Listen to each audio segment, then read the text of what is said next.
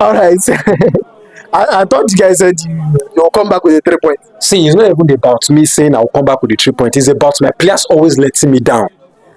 I cannot count how many times I've lost points from a winning position this season. See, Porto 2-0, they came back. Benabachi, they came back. FC20, they came back. What's the name of these guys? Brighton, they came back. Why are they always coming back? Why can't wait? Must they concede? Must they throw a lead away? This game, Bruno Fernandes has done his own job by controlling the game, slowing the game down, making sure that people like Ogate that cannot run, Casemiro that cannot run, are able to be in the game by slowing the pace of the game down. Why can't we protect it? It was a defeat. It was a goal that Dallas can block. All Dallas need to do is zoom out. You see Caicedo preparing to shoot. Why are you taking yourself away from the shot, leaving the bottom side of the post empty?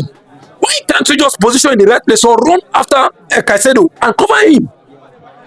See, we can. I believe that if you go and check the amount of points that we have dropped from winning position this season, it's going to be shameful, beyond shameful. What else do I? This is a big match. It's a winnable match. We have done all we need to do to put Chelsea on the back pedal. You understand? We slowed them down, done everything. Now we scored, and then boom! It didn't even last 10 minutes. They equalized. 3 minutes exactly. So I really don't understand. I didn't understand. All right, your attackers today, Garnacho, Rashford, and Højlund today. How do you think they played today, especially Garnacho? Well, first of all, I like that before the game, Sir Jim Ratcliffe gave an interview where he said that if you go to any sport, you see that no matter how good you are in that sport, you need something to complement your value. You understand? If he said you can go to Formula One, you see them driving good cars for them to win. It's not enough that you can drive. You have to drive a good car. The same thing applies to football, as he said. No matter how good the manager is, you need quality players. Look at my opposition today, Chelsea. Chelsea were fronting their bench against me. Yes, at some point my coach was stranded. He didn't even know who to put in. Ugarte was yellow carded. He had to bring Lindelof. Is that not stupid?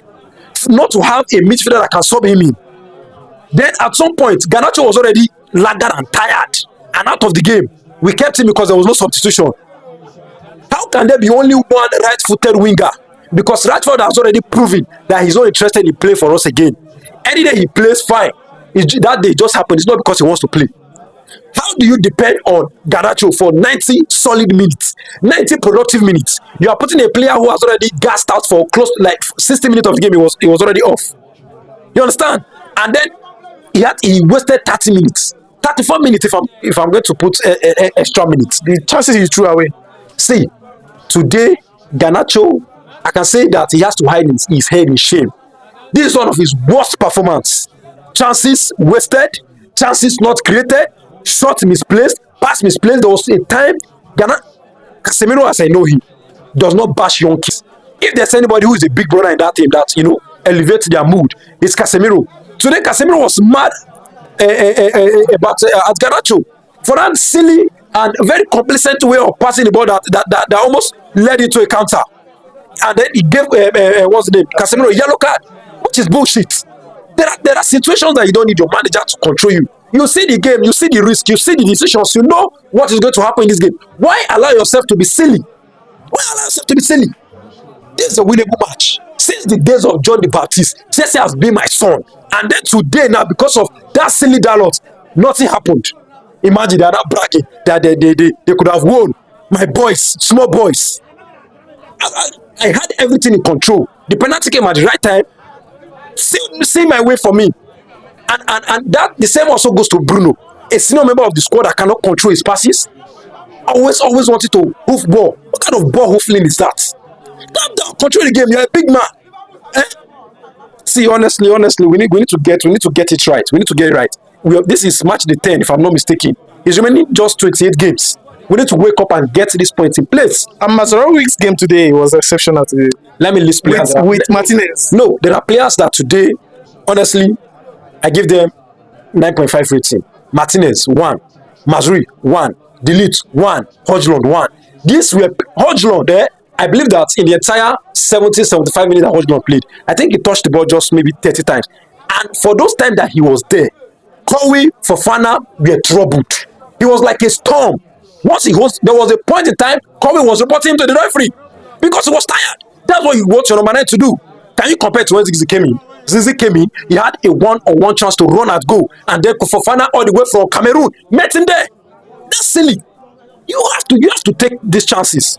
Imagine if Ziggy, imagine that Enzo scored that chance that Jackson gave to him, and then Ziggy, who is supposed to have put us ahead in the game, isn't that a mess? So these players need to manage the way they play. These chances will not come every day. It's a big game. Once the chance come, bury it. This Madam Zizi is actually acting like Madam Zixi. See, it's not even about him being Madam Ziggy. Currently now, anytime I see Ziggy, I don't like him being a footballer does not come to my head. Like I feel like if there's a way we can just ship him back to where he's coming from, fine. When the balance to the half. Yes, exactly. Because no, I don't even want. Let them take it as a Christmas gift. Yes, take it as Christmas gift. Honestly, like I said, the way they played Leicester, knowing fully well what my players can do, I said I'm going to wait for this Chelsea game, and they didn't disappoint. They didn't disappoint. The manager got the tempo right. He got everything right. All you guys need to do is to wait for that moment. The moment came, we took the lead, and then they showed Ruud van Nistelrooy that we were the ones that sacked the hand and we sacked you too. It's just bad. It's very bad. Very bad. All right. So, any thought of today's game? The overall thought of the game? Well, this is the first time we are not losing a big game this season. I think we can build from there. You get it? Tottenham we lost, Liverpool we lost. This is the first time we are playing at home because we played Liverpool at home, played Tottenham at home, which is crazy because now we have to go to all of these people's homes to play them, and then we didn't get enough points. You get it? So what we need to do now is make sure that whatever point is coming from the average side, it has to be maximum before the return leg against these big boys come. That's just it. And please, one more thing about Atias Disleague today. How do you see his game today? Because he tried his best, but there is a mistake that could have cost Manchester United the club. If you familiarize yourself with Delete, you know that there's always an error in his game. Error is going to come out. No matter how solid his performance is, he's going to he slipped for the chance, the goal Enzo could have scored. That was one who cost him. Exactly. So if he didn't slip and it was a deflection, he was already overly carried away. You get it before the distance. So Delete is that person who's going to give a solid performance, but with a sprinkle of error here and there. I know him with that one. And hopefully he gets a good defensive coach and then improve on how to be solid and consistent in the game. And Ahmad will come on too. I don't want to talk about that boy because currently I don't even know what his game is about. Is it about chances creation? Is it about shot power? Is it about nothing? It's just a quality that is in line in a vacuum. You understand? Nothing is happening. Nothing is really happening. I don't know if he dribbles to create a chance or he dribbles to shoot. Yes, he's good on the ball. You can see it. But what is the final output of that quality? We don't know it yet. That's where he has to improve. You see Garnacho today, he was shooting and he was doing all the mess. So you see the output. The output was poor, but there was an output. It's different with Ahmad. Ahmad does not create or shoot or do nothing. He has to be, a little bit arrogant. You have to believe in yourself, like Madueke, who shoots at anything. He can even shoot out of the stadium. You get? So you have to shoot more. When you shoot more, then you can have. Don't you think bench is affecting him? Because I know how he used to play before. No matter how you sit on the bench, any moment you have on the pitch is a big chance for you to cement a place. You get it? Big chance to cement a place. They say you can if somebody who lies in the barber shop all day is going to most likely get a free haircut. You get it? So if you keep coming in, doing what you need to do with those few minutes, one day is going to come. You're going to be the number one winger there.